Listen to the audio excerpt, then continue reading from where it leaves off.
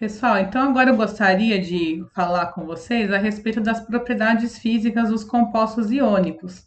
Então a gente tem que relembrar que os sólidos iônicos formam retículos cristalinos, que são aquelas estruturas tridimensionais que têm a geometria bem definida, a distância entre os íons bem definidas, e nós temos que lembrar que no sólido iônico todos os íons interagem entre si, né? Ou seja, quando a gente tem, por exemplo, um cristal de cloreto de sódio, aquele átomo, aquele íon sódio, ele não vai interagir apenas com um dos ânions cloreto, né? Com o ânion que veio do cloro, mas sim aquele sódio vai interagir com todos os cloros que estão em volta dele. A mesma coisa, aquele ânion cloreto, né, que é o cloreto é o Cl-, né? Ele vai interagir com todos os cátions sódio que estão ao seu redor. Então, isso faz com que o átomo, né, com que o retículo cristalino, perdão, atinja uma estabilidade, né? Isso confere uma energia de rede, ou seja, isso dá uma estabilidade maior para a estrutura. Então, só para ilustrar aqui, né, só retomando, eu já tinha mostrado para vocês, mas no cloreto de sódio, então cada sódio e cada cloro é rodeado por íons de carga oposta, formando retículo cristalino.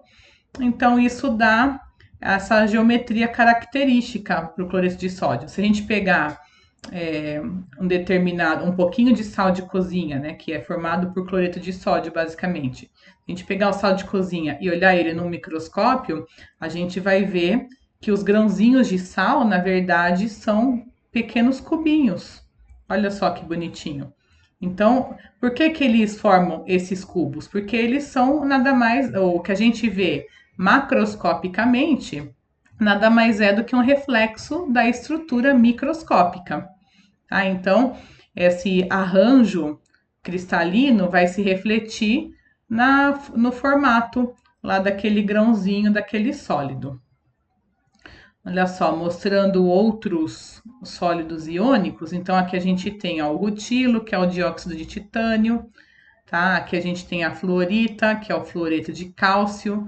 Olha só, ele também forma esses retículos, né, com esse formato bem característico, que é devido ao arranjo dos íons. Tá? Então, pessoal, como vocês já devem imaginar, né, da mesma forma que os metais têm alta dureza, os compostos iônicos também têm uma dureza alta, porque isso é devido à formação do retículo cristalino, tá? Onde os íons estão bem compactados, tá? E isso se reflete numa maior dureza. Por outro lado, os compostos iônicos são frágeis, ao contrário dos metais, que não são. Por que os compostos iônicos são frágeis? Porque qualquer deformação que ocorrer na sua estrutura vai fazer aqui, olha, com que os íons de mesma carga se aproximem. E se a gente lembrar, né, cargas iguais tendem a se repelir. Então, se essa deformação fazer com que íons de mesma carga fiquem lado a lado, então vai acontecer uma força de repulsão e vai acontecer uma quebra ali naquela seção. E essa quebra fica bem uniforme, bem retinha, tá? Então, a fragilidade é uma característica de compostos iônicos, tá? E também como a gente pode imaginar, compostos iônicos têm altíssimos pontos de fusão e ebulição, tá? Da ordem aí de mais de 500 graus Celsius, né? Se a gente pegar um cubo de gelo que é formado por água, o gelo derrete a 0 graus Celsius. O sal de cozinha derrete a temperaturas ali para lá de 800 graus. Então, são temperaturas bem altas que são devidas justamente à existência dos retículos cristalinos que dão essa estabilidade extra para o composto. E em relação à condutividade elétrica, a gente tem que lembrar o seguinte: para um composto, para o material conduzir eletricidade, ele deve ter cargas livres que possam se movimentar.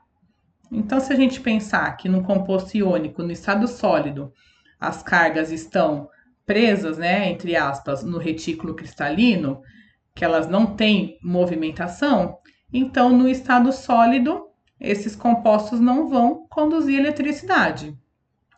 Mas se a gente pegar um composto iônico e dissolver em água, aquele retículo cristalino vai se desfazer, né? Então os íons vão estar livres lá na solução, né? Lá na água, e daí essa solução aquosa de um composto iônico vai ter condutividade elétrica, porque as cargas vão poder fluir, vão poder se movimentar, tá? E olha só, eu trouxe aqui um esquema para ilustrar essa condutividade elétrica dos compostos iônicos. Então, ocorre, né, com os compostos iônicos, quando eles se dissolvem em água, acontece o que a gente chama de dissociação iônica, tá? Dissociar significa separar-se. Então, se a gente pega um cristalzinho de cloreto de sódio, onde os íons estão lá todos juntinhos, compactados no retículo cristalino. Quando a água interage com esse retículo, esses íons vão se separar. A água literalmente quebra o retículo. Olha só, aqui nesse exemplo, tá? Eu vou falar depois da geometria da molécula de água, mas olha só, a água é formada por um oxigênio, dois hidrogênios. Então, aqui o átomo de oxigênio está representado em vermelho e os hidrogênios em cinza, tá? Então, aqui a gente tem o cátion Na+, que é o sódio. Os oxigênios ficam viradinhos para o sódio, porque os oxigênios têm carga negativa, então carga negativa é atraída pela carga positiva.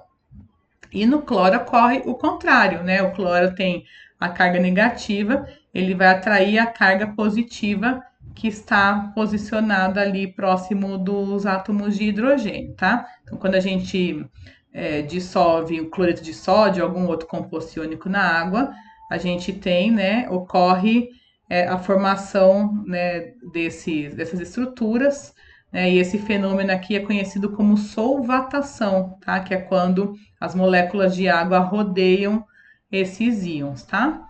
Então, né, só voltando aqui um pouquinho, então o cloreto de sódio, quando ele é dissolvido na água, tá? Aqui a água é apenas um solvente, então eles se separam em Na+, que tá aqui em amarelo, e Cl-, que tá aqui em verde, tá? Por que que chama dissociação iônica? Porque no composto, no estado sólido, os íons já existem, tá? Eles já foram formados.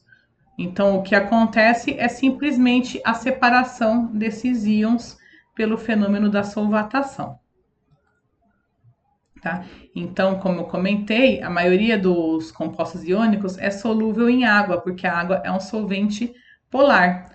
Então, depois a gente vai falar sobre a estrutura da água quando falar sobre ligações covalentes, mas basicamente, a água é formada por um átomo de oxigênio que está ligado a dois átomos de hidrogênio.